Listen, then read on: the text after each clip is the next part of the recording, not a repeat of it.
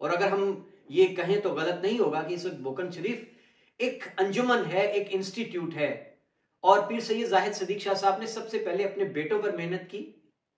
ان کو نہ صرف یہ کہ روایتی جو ان کا ایک سلسلہ تھا دینی علوم سے ان کو بہرہ مند کرنے کے ساتھ ساتھ انہوں نے ان کو ضرورت کو سمجھا، عصر حاضر کی تعلیم جو ہے دنیاوی اس سے بھی ان کو انہوں نے خوب آراستہ کیا. ان کے بڑے بیٹے پیر سید حامد فاروق نہ صرف یہ کہ وہ بھیرا سے فارغ التحصیل بلکہ انہوں نے ڈاکٹریٹ کر رکھا ہے، پی ایچ ڈی بھی کیا، اور اس وقت وہ جامعہ گجرات میں ایک بڑے کلیدی منصب پر فائز ہیں.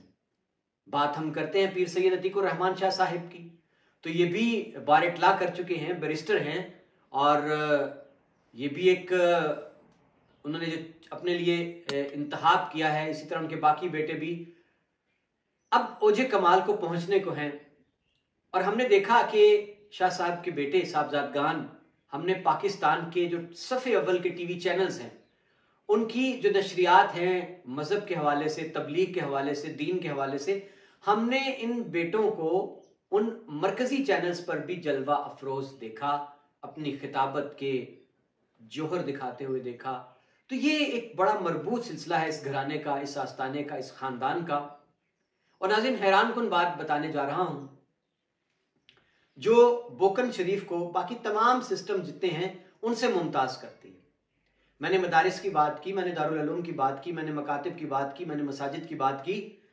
اب جناب اس طرح ہے کہ کم و بیش اس نیٹ ورک سے جڑے ہوئے ضلع گجرات میں جتنے ان کے براہ راست فیض پانے والے شاگرد ہیں، ان کے اہل خانہ ہیں، کم و بیش 2 لاکھ سے زائد ان کا ایک بڑا محتاط سا تخمینہ میں آپ کو بتا رہا ہوں.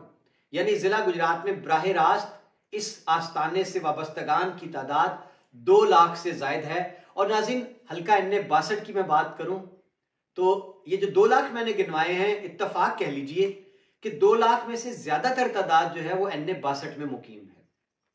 اب یہ وہ لوگ ہیں جو براہ راست بوکن شریف کے حکم کے منتظر رہتے ہیں یا اثر میں ہوتے ہیں یا بات مانتے ہیں، آپ یوں کہہ لیجیے.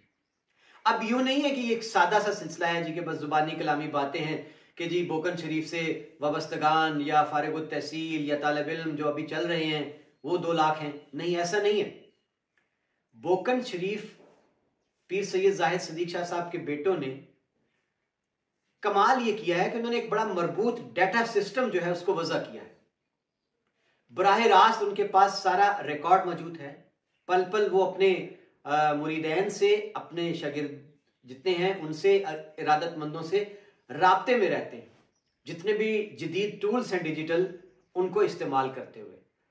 تو یہ ایک بڑا ہی مضبوط اور مربوط سسٹم ہے.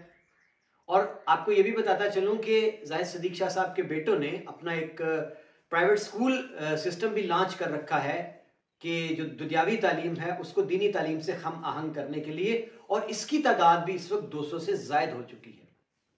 تو یہ جناب وہ فیکٹر ہیں، یہ وہ عوامل ہیں جن کی بنیاد پر ہم کہہ سکتے ہیں کہ اس وقت ضلع گجرات کے تمام بڑے سیاسی گھرانے، بڑی جماعتیں ضرورت محسوس کرنے لگی ہیں کہ کسی طرح سے ہمیں بوکن شریف کی دعا مل جائے، تھپکی مل جائے اور حمایت مل جائے. پیر سید زاہد صدیق شاہ صاحب کو ہم نے موسموں کی سختیوں کے باوجود ہمہ وقت سفر میں دیکھا، اور خاص بات اس آستانے کی یہ ہے کہ یہ اپنے چاہنے والوں کی خوشی اور غمی میں بڑے تواتر سے، بڑی پابندی سے شرکت کرتے ہیں. اور یہ ان کا ایک ناطہ ہے، ایک نسبت ہے عقیدت کی اپنے چاہنے والوں سے. اور لوگوں کی بھی ایک شدید خواہش ہوا کرتی ہے کہ ان کے آستانے سے جڑے جتنے بھی لوگ ہیں وہ ان کی خوشی کو دوبالا کریں، قدم رنجہ فرما کے، اور اگر ان پر غم کی گھڑی آئے تو شاہ صاحب یا ان کے صاحبزادگان میں سے کوئی ایک دعا کے لیے موجود ہو. اب جناب یہ سارا ماجرا ہے کہ لامحالہ 2 لاکھ اگر آپ شمار کر لیں افراد کو، ظاہر ہے اب 2 لاکھ کے آگے مزید کڑی جو ہے وہ پھیلتی چلی جاتی ہے، سلسلہ خاندانوں کا دراز ہوتا ہے، تو اچھا خاصا اثر پڑ سکتا ہے ضلع کے اندر اس ووٹ بینک کا. اب آپ کے ذہنوں میں یہ سوال ضرور عمدہ ہوگا کہ کیا یہ ضروری ہے کہ ایک آستانے سے جڑے وابستگان، عقیدت مند، شاگرد اور ان کی فیملیز پابند ہوں. یہ ضروری ہے کہ بھئی جہاں شاہ صاحب نے کہنا ہے انہوں نے وہیں پہ ووٹ کاسٹ کرنا ہے. بالکل اس کا احتمال رہتا ہے کہ لوگ اپنے ووٹ کاسٹ کرنے کے لیے اپنے ضمیر کی آواز پر لبیک کہنے کے لیے آزاد ہوتے ہیں. کاش ایسا ہی ہوتا پاکستان میں.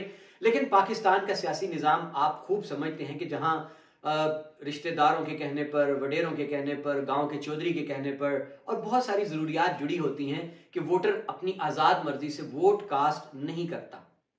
تو ایسا ہی سلسلہ ہے. اب یہ دیکھنا ہوگا ناظرین کہ ملاقاتیں تو ہو چکی، قمر زمان کائرہ صاحب بھی ملائے، صالح حسین بھی ملائے اور کوٹلہ والے بھی ملائے، سرائے عالمگیر والے بھی ملائے. یعنی آپ کہہ لیں پیپلز پارٹی، کاف لیگ، نون لیگ سبھی نے حاضری دے لی. اب انتظار ہے جناب کہ بوکن شریف اپنی حمایت کس کے پلڑے میں ڈالتا ہے. اور یہ براہ راست ان کا جو پیر سید زاہد صدیق شاہ صاحب جو ہیں ان کا بیرا شریف سے کنیکشن ہے، اور پیر سید کرم شاہ الازہری جسٹس جو تھے، اللہ ان کو غریق رحمت کرے، یہ ان کے بڑے ہی لاڈلے اور چہیتے ہیں.